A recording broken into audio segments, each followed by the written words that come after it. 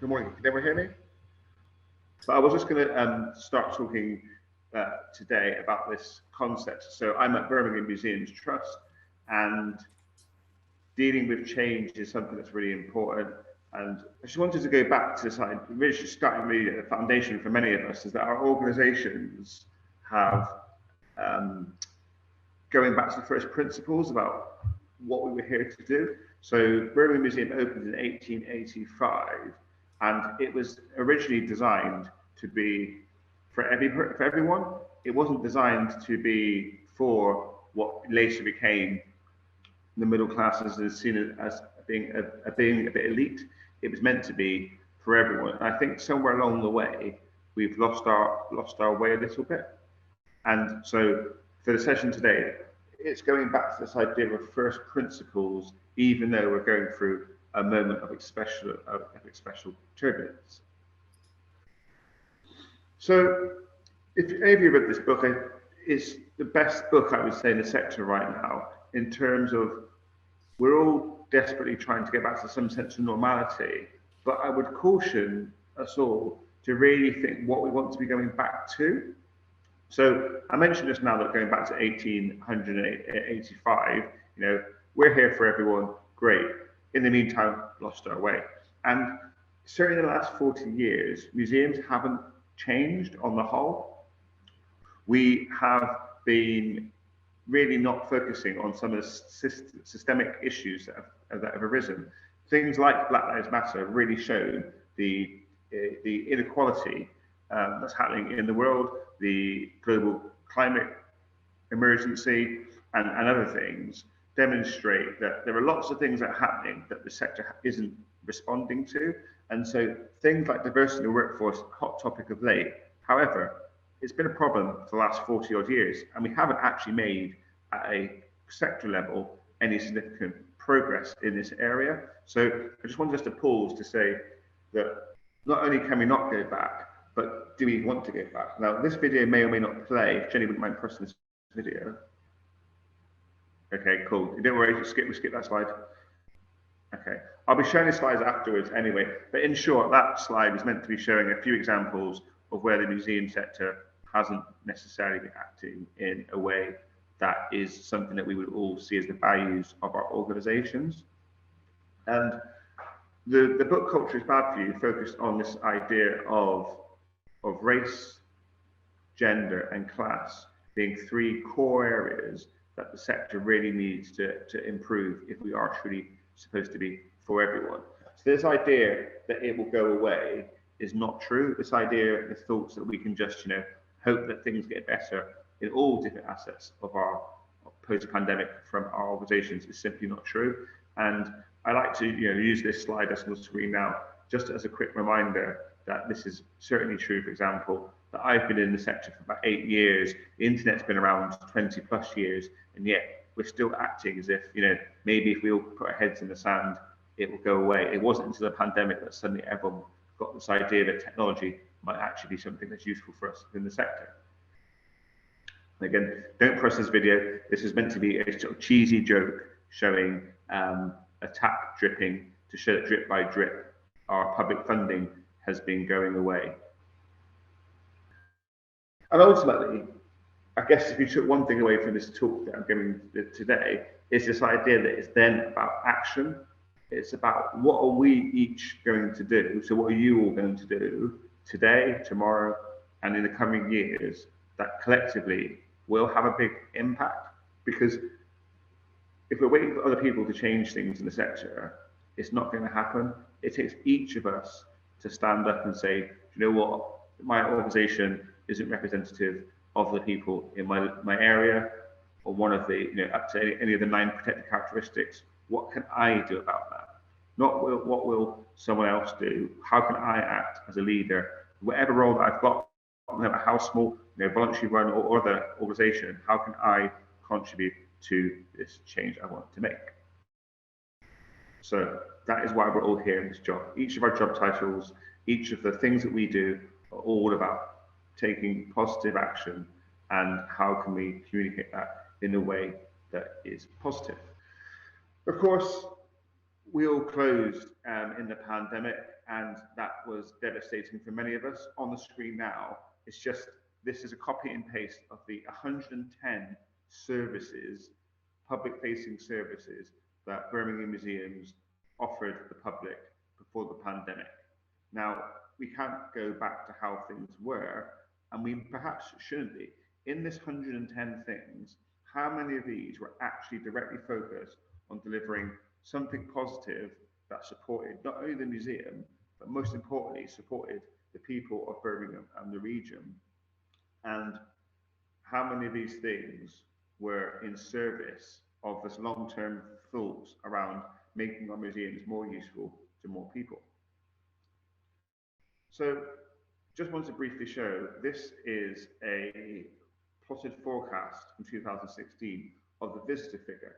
And the canny of you may spot that it looks as if in 2016 they foresaw the pandemic, because in 2020 you can see the visitor figure for Birmingham Museum Art Gallery massively drops. Now, I can just confirm that it was not mind reading. It was due to the fact that the museum was due to be closed for essential works. And if any of you know Birmingham, you will know that work didn't happen. However, the work to do the improvements to some of the building has actually now begun, but 5 years later than originally forecast. To show you again, you can make all these plans and forecast things as much as you want. When the rubber meets the road, things change. Most importantly, you'll see, shockingly, that the visitor figure for 7 out of our 9 sites was never due to change. And I think it's a travesty for us to be not using this pandemic to reset for a moment and say, hold on a minute, massive changes happened. And you mean to tell me that even if we could go back, we're going to go back to the same as before? I don't think so. So the pandemic, of course, has accelerated a number of things. So this idea of us working from home, working in different ways, us caring about our staff has really been accelerated. And it's something that we should all be keeping our focus on. 100 years ago, people used to work 7 days a week. If they were lucky to get an afternoon off. Then people moved to collective action, to moving to 6 days a week, then 5 days a week. And perhaps the future of work is working 4 days a week and a different way. Just wanted to think us to think now about what are some of the long-term trends that are happening in society, and how can we make sure we think about those things.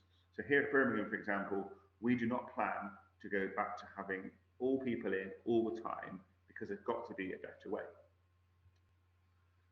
A core thing as well for us all to take stock of is, if you were a typical business, you'd understand that you were in a pandemic, and you would design your organization to be that way. And so what we're doing as our organization is accepting we're in turnaround mode. Turnaround mode is this idea that you're really having to think about change being necessary, and everyone understanding that we have to make tough decisions now in service of the future. And bearing in mind, on the slide at the moment, you can see that actually some of what the museums did previously, or the traditional core, was all about protecting the objects. It wasn't necessarily about visitors first, which is why the centre of this example shows you that, much to our detriment, it was not the audience, which it should be, focused at the heart of how many museums operate. Often it was can we balance our budget, can we survive, rather than thinking about how we can thrive. And the pandemic has given us an opportunity to think about this in a completely different way. A key thing that's happening to us all outside of work, of course, is this idea that anxiety has massively increased since the pandemic, and also the amount of people who are happy has also reduced. These are fundamental to not only our workforce, but the people who visit us. And so how can we change what we're doing to try and turn those figures around? Because museums have the capacity and the skills and the spaces to really support people's well-being. So now more than ever, museums have a place to support society, and let's focus on that rather than just focusing on perhaps what we used to do and getting things back to how they used to be. Another thing that's been happening is the percentage of people, of course, using the internet has been increasing steadily over the last 20 years. And since the beginning of the pandemic, many of us have adapted to using things online. So what are the completely new opportunities that we think about, rather than just thinking about the online experience as part of the marketing or a niche particular area of work? On the screen now is an example of the three horizons, which is this idea that currently we're the red line, which shows you over to the right and down. Over time, we're basically slow decline, which I feel lack of public investment from funding, lack of direction has meant that actually museums are slowly becoming more and more obsolete. However, there's lots of opportunity for us to change that. So the green line shows you eventually, hopefully, things go up and off to the right, that we get better, being more useful to more people, and our services are ever better. But we have to accept that the change, which is the blue line, doesn't happen in a straight line. And it's really important for us all to be cognizant of the fact that the present, the future, and the getting to the future are all happening at the same time. It's really powerful for us to think about this idea that change doesn't, you don't go from one state to the next. Actually, you go very slowly through these different areas. So currently, this big bang shows us that we're at a crossroads about, do we want to try and go back to how we were, or do we want to do a whole series of changes that ultimately lead for us to be doing what we think that we should be doing? Another example is that young people every year are slowly using television less. I mentioned television because TV is one of the mass cultural media that most people do and understand. And it's really fascinating that for younger people, which is the bottom couple of lines on this chart, show that there's been a slow decline. And this, I think, mirrors people's enthusiasm and interest potentially as well in museums. So how can we avoid this in what we are doing? So change is really important. So for us, this whole idea is making sure we become really focused, having a social purpose at our core, focusing on the people who may or may not use our service. And we will, of course, wrap the stories of our venues and our objects around that and design our organizations to be well built. But we really do have to take this opportunity to go back to our first principles, which is all about being people focused. Here's just an example of how we're now thinking about how things should be in our organization, which is to focus very heavily on this idea of infrastructure being important, but our most important area is our experience circle. Really focusing on our audience strategy and designing all of our activities, so it's activities, not teams, to ensure that we can be really focused on our mission, which is really about bringing the museums into people's lives rather than being seen as a sort of back-time hobby. So in summary, and this comes from some quotes from Professor Suzanne MacLeod at University of Leicester, it's this idea that we can change, but changing doesn't mean that our business model is going to fall apart. It means that we've simply got to be adapting. And it's really important that we move away from this idea of our outreach and the actual people we do seek to serve being seen as a project or a niche thing. It's about how can we reverse that and bring people, center people in the organization so that we actually make our core audiences bigger rather than super serving people who we already know will come regardless of what we do. And this is just, again, in summary, about this idea that we don't necessarily have to be thinking about, by doing in service of one thing, that we lose people out. Lots of talk around this idea, for example, of putting things on for woke people. Actually, it's about putting on things that are interesting to society, and those things should resonate with people regardless of their group they're with.